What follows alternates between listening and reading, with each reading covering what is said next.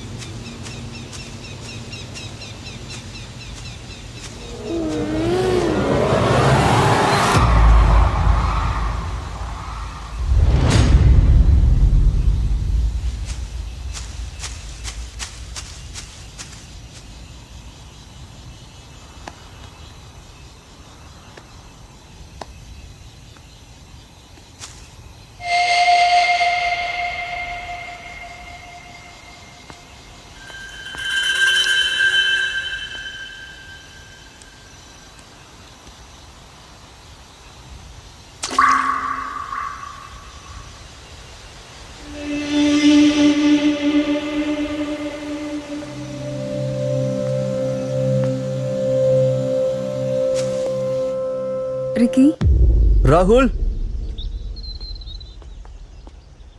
Hi Geeta, good morning. Good morning.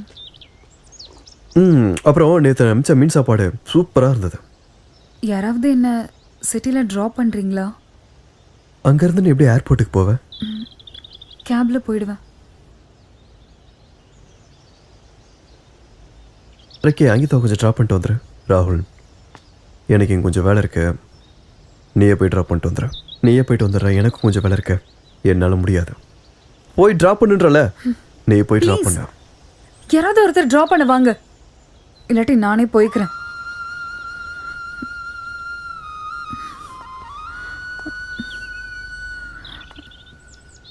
ஒன்று நம்ம love பண்ணுறவங்க கூட இருக்கணும், இல்லை நம்மளை லவ் பண்ணுறவங்க கூட இருக்கணும்.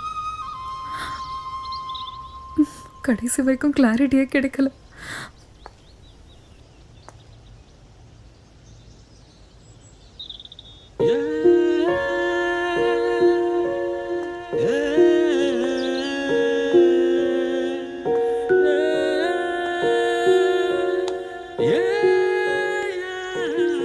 உறவுகள் சந்தோஷமா ஆரம்பிச்சதுன்னா இந்த உலகத்துல யாருக்குள்ளேயும் சண்டை வராத. உயிருக்கு தான் முடிவு இருக்கு, ஆன்மாக்கு முடிவில்லை. ஒரு மனுஷன் தன்னோட ஆசை நிறைவேறாம இறந்தா அந்த ஆன்மா சாந்தி அடையாது. அந்த மனுஷன் இறக்கிறதுக்கு முன்னாடி எப்படி நடந்துக்கிட்டாரோ அதே மாதிரி தான் அந்த ஆத்மா இறந்ததுக்கு அப்புறமும் நடந்துக்கும்.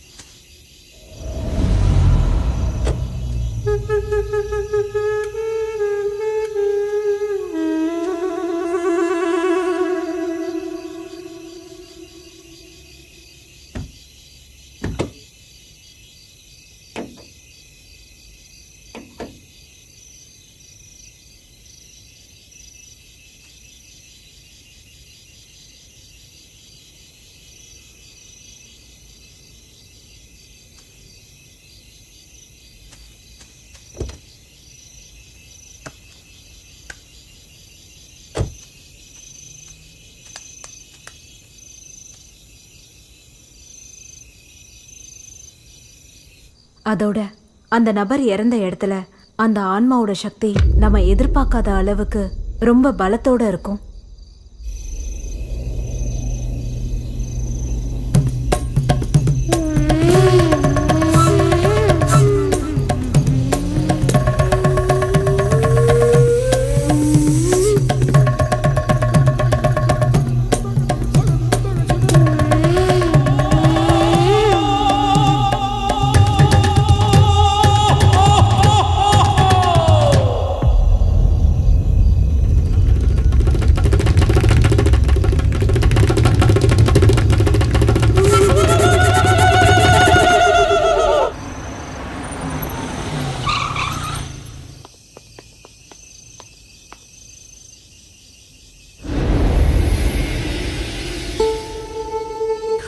ஒன்றும் இல்லை.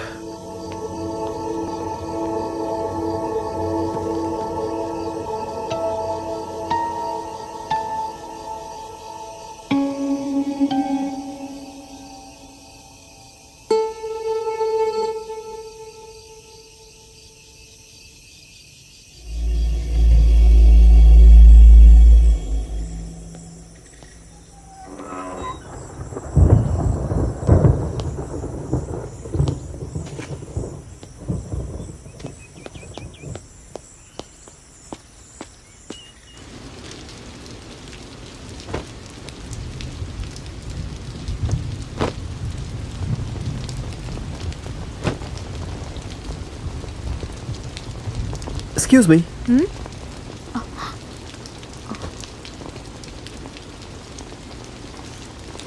என் பேர் விக்கிங்க. இந்த ஊருக்கு புதுசு. இங்கே தான் பட்டேல் வீட்டுக்கு வந்திருக்கேன். ரங்கண்ணா வேலைக்கு போய் ரொம்ப நேரம் ஆச்சே. ஐயோ இல்லைங்க, ரங்கண்ணனை தேடி வரல. இப்படியே ஊரை சுற்றி பார்த்துட்டே வந்தனா கொஞ்சம் தாகமாக இருந்துச்சு. குடிக்க கொஞ்சம் தண்ணி தரீங்களா? வாங்க உள்ள வாங்க.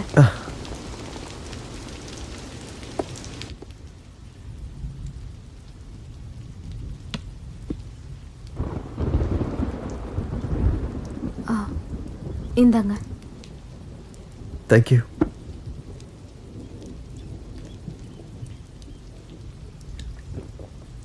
கொடுங்க, பரவாயில்ல, என்கிட்ட கொடுங்க. ஒரு நிமிஷம். நீங்கள் தப்பாக நினச்சிக்கலன்னா உங்கள்கிட்ட ஒரு விஷயம் கேட்கலாமா? என்னது? கேளுங்க.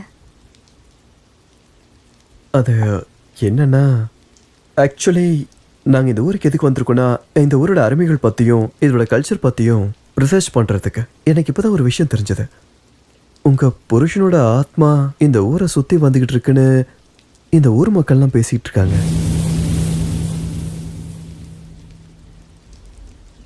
ஹே ஹே ஹே, ஐம் சாரி. உங்களை ஹர்ட் பண்ணணுன்னு நான் சத்தியமாக இதை கேட்கலங்க. என்னோட எண்ணமும் அது இல்லை. பரவாயில்லைங்க, நான் வரேன். ஒரு நிமிஷம் இருங்க.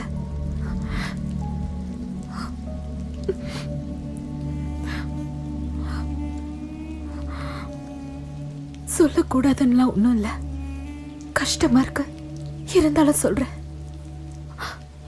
விதவையா இருக்கேன்னு நான் அவமானப்படுத்தி கேவலமா பேசுற இந்த ஜனங்களுக்கு மத்தியில இத்தனை நாளைக்கு அப்புறம் நீங்க ஒருத்தர் தான் என் முன்னாடி வந்து நின்று நல்லபடியா பேசுறீங்க. எனக்கும் மனசுன்னு ஒண்ணு இருக்குன்னு நீங்க தான் புரிஞ்சுக்கிட்டீங்க.